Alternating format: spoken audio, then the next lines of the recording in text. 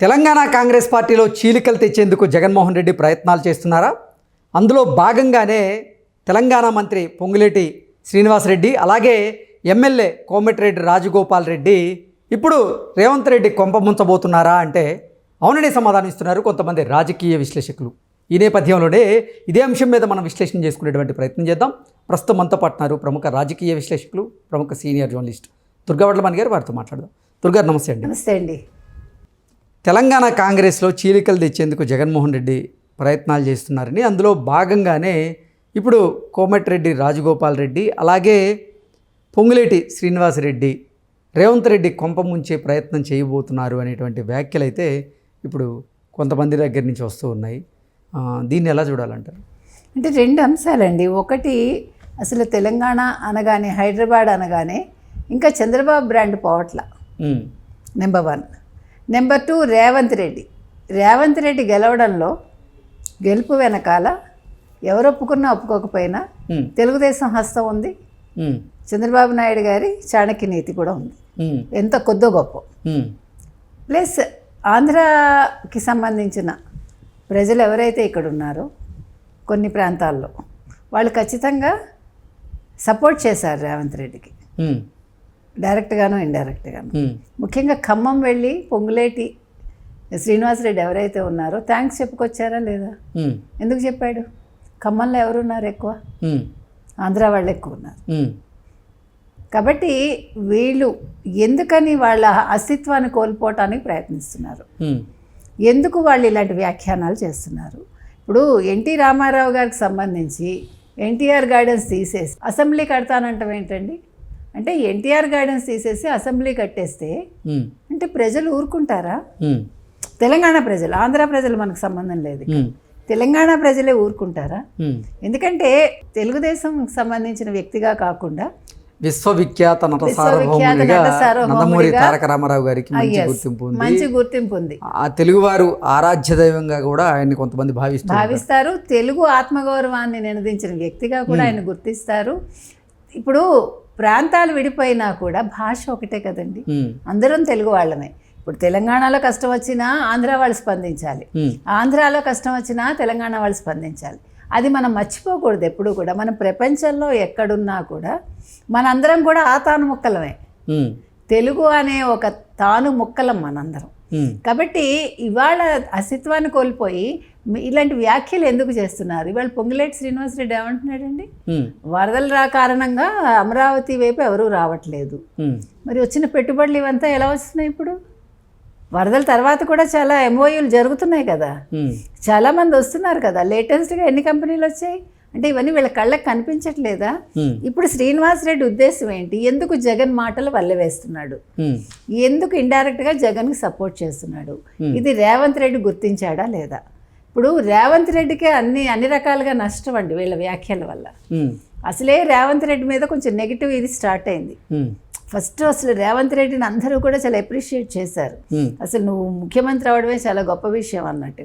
అటువంటి వ్యక్తి అతను చేస్తున్న కొన్ని పనులు ప్రజలకి నచ్చట్లేదు, అపోజిషన్కి నచ్చట్లేదు. ఇప్పుడు మీడియా ప్రతినిధులతో చిట్ చాట్లో భాగంగా ఇప్పుడు కోమటిరెడ్డి రాజగోపాల్ రెడ్డి గారు మాట్లాడిన విషయాలు కానివ్వండి, అలాగే పొంగులేటి శ్రీనివాసరెడ్డి గారు అమరావతి మీద మాట్లాడినటువంటి మాటలు రేవంత్ రెడ్డి కొంప ముంచబోతున్నాయని, వాళ్ళ మాటల వెనక జగన్మోహన్ రెడ్డి హస్తం ఉంది అనేటువంటి వార్తలు ఇప్పుడు సోషల్ మీడియాలో చక్కర్లు కొడుతూ ఉన్నాయి. ఏంటి, వాటిని ఎలా తీసుకోవాలంటారు? అంటే ఎన్టీఆర్ గార్డెన్స్కి సంబంధించి మాట్లాడిన దాంట్లో జగన్ హస్తం ఉందో లేదో మనకు తెలియదు, కానీ పొంగులేటి శ్రీనివాసరెడ్డి మాటల్లో మాత్రం మనకి జగన్ బాణి కనిపిస్తుంది, అందులో సందేహం లేదు. ఎందుకంటే పొంగులేటి ఎంత కాదన్నా తెలుసు, కొద్దో గొప్ప జగన్కి సన్నిహితుడే ఆయన కదా, అందరికీ తెలిసిన ఓపెన్ సీక్రెట్. కాబట్టి ఖచ్చితంగా జగన్ ఏదో ప్లాన్ చేస్తున్నాడు. ఈ జగన్ ప్లాన్ని రేవంత్ రెడ్డి కనిపెట్టకపోతే చాప కింద నీరులాగా రేవంత్ రెడ్డి కిందకి వస్తాయి ఇవన్నీ. అంటే ఆయన సీటుకే ఎసరు వస్తుందని మనం చెప్తున్నాం. అదేవిధంగా కోమటిరెడ్డి రాజగోపాల్ రెడ్డి ఎవరైతే ఉన్నారో ఆయన ఎందుకు అసలు ఇటువంటి వ్యాఖ్యలు చేశాడు పోయి మనకు అర్థం కావట్లా. ఇప్పుడు నువ్వు నీ ఉనికి కాపాడుకోవాలో లేకపోతే నీ పార్టీని కొత్తగా నువ్వు కాపాడాలనుకుంటే ఇది కాదు కదా మార్గం. మీరు అసలు బీఆర్ఎస్ చేస్తున్న వ్యాఖ్యలకు ఎందుకు సమాధానాలు ఇవ్వట్లా? మీరు దాని మీద కాన్సన్ట్రేట్ చేయండి, మీరు పరిపాలన మీద దృష్టి పెట్టండి. ఇలాంటి పనికిమాలిన మాటలు మాట్లాడటం వల్ల నష్టం ఆ పార్టీకి. ఆల్రెడీ ఆంధ్రాలో కాంగ్రెస్ అనేది లేదండి. ఎవడు ఎంత గింజుకున్నా అది 1.67% ఎంత ఉంది, అది ఆంధ్రాలో అంతే ఉంది. అంతకు మించి అది ఎదగదు కూడా. ఇంకొక 2-3 తరాలు కాదు కదా, ఒక 2-3 దశాబ్దాలు అసలు కాంగ్రెస్కి అవకాశం లేదు ఆంధ్రప్రదేశ్లో. ఏదైనా బై మిస్టేక్ రావాలి తప్ప. అటువంటిది మీరు ఇక్కడ కూడా ఉనికిని కోల్పోదలుచుకున్నారా? తెలంగాణలో కూడా ఎందుకు మీరు ఇలాంటి పనులు చేస్తున్నారు? మీరు ఎందుకు రేవంత్ రెడ్డిని ఇబ్బంది పెట్టే పనులు చేస్తున్నారు? మీ పుట్టి ఎందుకు మీరు ముంచేసుకుంటున్నారు అని ప్రజలు అడుగుతున్నారండి. ఎందుకంటే నిన్న చేసిన వాళ్ళు సరదాగా మాట్లాడిన వ్యాఖ్యలు గాలి దుమారాన్ని లేపుతాయి కదా. ఇప్పుడు మనం ఏం మాట్లాడుతున్నాము అన్న అవగాహన లేకపోతే వీళ్ళు రాజకీయాల్లో ఉండి ఎందుకండి? ఎంత మీరు ఎవరు ఎలాంటి ప్రశ్నలు వేసినా, ఎటువంటి క్లిష్ట సమయంలోనైనా కూడా మన సంయమనం మనం కోల్పోకూడదు. ఎస్పెషల్లీ రాజకీయ నాయకులు, అదేవిధంగా సినిమా వాళ్ళు కూడా. దానివల్ల వాళ్ళు ఫ్యూచర్లో దాని ఇంపాక్ట్ చూస్తారు.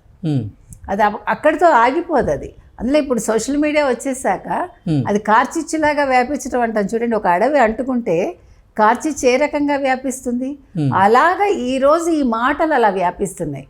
దీనివల్ల మొత్తం కాంగ్రెస్కే అది నష్టం చేకూరుస్తుంది. ఇది బీఆర్ఎస్కి ప్లస్ అవుతుంది. అంటే బీఆర్ఎస్ వ్యూహం కూడా కావచ్చు, ఎందుకంటే బీఆర్ఎస్ జగన్ ఒకటే అనేది అందరికీ తెలుసు.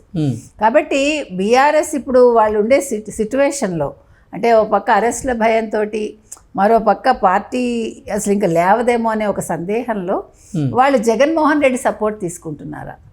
ఇండైరెక్ట్గా జగన్మోహన్ రెడ్డి ద్వారా, ఇండైరెక్ట్గా పొంగులేటి ద్వారా కాంగ్రెస్లో చీలికలు తేవాలనుకుంటున్నారా? దీనివల్ల ఎవరికి లాభం అనేది వాళ్ళు ఒక్కసారి ఆలోచించుకోవాలి. ఇప్పుడు బీఆర్ఎస్ ఎలాగా రాదు, ఇప్పుడు జగన్మోహన్ రెడ్డి ఎలాగా రాడు. కానీ జగన్మోహన్ రెడ్డి మాటలు విని వీళ్ళు ఇలా చేశారనుకోండి, అసలు వీళ్ళు రేపొద్దున మంత్రులుగా కూడా కొనసాగలేరు కదా, లేదా ఎమ్మెల్యేలుగా కూడా ఎంతకాలం ఉంటారు? ఎమ్మెల్యేలుగా ఉండొచ్చు, కానీ పార్టీ మనుగడైపోతే, రేపొద్దున గవర్నమెంట్ పడిపోతే దానికి బాధ్యులు వీళ్ళే అవుతారు. కాబట్టి వీళ్ళు జగన్మోహన్ రెడ్డి అతని ఆలోచనలకి వీళ్ళు ఎరగా అవ్వద్దని మనం చెప్తున్నాం. ఏంటి నిజంగా అంటే అసలు పొంగులేటి శ్రీనివాసరెడ్డి గారు అమరావతి మీద చేసినటువంటి వ్యాఖ్యలు ఏవైతే ఉన్నాయో, అంటే అమరావతి ఒక ముంపు ప్రాంతం అని, పెట్టుబడులు పెట్టేందుకు కంపెనీలు అక్కడ సిద్ధంగా లేవని, అక్కడ పెట్టుబడి పెట్టాలనుకుంటున్న వాళ్ళు కూడా తిరిగి వెళ్ళిపోతున్నారు అనేటువంటి వ్యాఖ్యలు చేసినటువంటి నేపథ్యంలో అది ఒక టార్గెట్గా చేసుకుని అటువంటి వ్యాఖ్యలు చేశారా అంటే ఏం చెప్తారు? అంటే ఇప్పుడు జగన్మోహన్ రెడ్డికి కావాల్సింది ఏంటండి? ఆయన 3 రాజధానుల మీద కూర్చున్నాడు. అప్పుడు అమరావతి ఆయనకి ఏ రోజు ఇష్టం లేదు, వైజాగే ఆయనకి ఎగ్జిక్యూటివ్ క్యాపిటల్ అని అనుకున్నాడు. ఆ తర్వాత మనకు తెలుసు భూదందాలు ఏ రకంగా జరిగాయి. నిన్న కూడా మనం మాట్లాడుకున్నాం. నిన్న ఎవరు శాంతి భర్త ఎవరైతే ఉన్నారో మదన్ మోహన్, అతను లోకేష్ని కలిసి ఇప్పుడు విజయసాయిరెడ్డి అనే వ్యక్తి వైజాగ్ ఆర్కే బీచ్ నుంచి అదేంటది భీమిలి వరకు ఎట్లా భూ కబ్జాలు చేశాడు, 1500 కోట్ల విలువైన భూములని. సో వాళ్ళ టార్గెట్ అంటే గత 5 సంవత్సరాల్లో వైసీపీ దృష్టి ఎక్కడుంది? మొత్తం ఆ భూములు కబ్జా చేసేసి, మనకు తెలుసు ఎంతో మందిని భయపెట్టి బెదిరించి వాళ్ళు చాలా భూములు లాక్కున్నారు. సో అది వాళ్ళ టార్గెట్. అది అందుకని వాళ్ళు దాన్నే క్యాపిటల్గా చేసుకోవాలనుకున్నారు. సో ఇప్పుడు కూడా అమరావతి డెవలప్మెంట్ ఎప్పుడైతే మొదలైందో, ఎప్పుడైతే జంగిల్ క్లియరెన్స్ అయిపోయి మన అమరావతి క్యాపిటల్కి ఎప్పుడైతే నిధులు వచ్చాయో, ఇప్పుడు జగన్మోహన్ రెడ్డికి పచ్చివెల్లకాయ గొంతులో పడ్డట్టు అయింది. సో ఇలా పావులు కదుపుతున్నాడు అనమాట. ఇప్పుడు పొంగులేటి శ్రీనివాసరెడ్డి ఏమంటున్నాడు? అదంతా ముంపు ప్రాంతం, వరదలు వచ్చాయి. అసలు వరదలు ఎక్కడ వచ్చాయి? మొన్న వైజాగ్ ఇది కృష్ణాకి రాలేదు కదా, అక్కడ ఆ ప్రాంతంలో ఏమీ రాలే, అమరావతిలో కానీ ఎక్కడ. కాబట్టి ఇదనమాట. అంటే శ్రీనివాసరెడ్డి ద్వారా అమరావతి పేరును చెడగొట్టాలని చూస్తున్నాడు. అది అంతే ఆయన ఉద్దేశం. కాబట్టి వీళ్ళిద్దరూ చేసే కుతంత్రాలకి లేకపోతే కుట్రలకి బలవ్వబోయేది రేవంత్ రెడ్డి. ఓకే అండి, థ్యాంక్ యూ సో మచ్.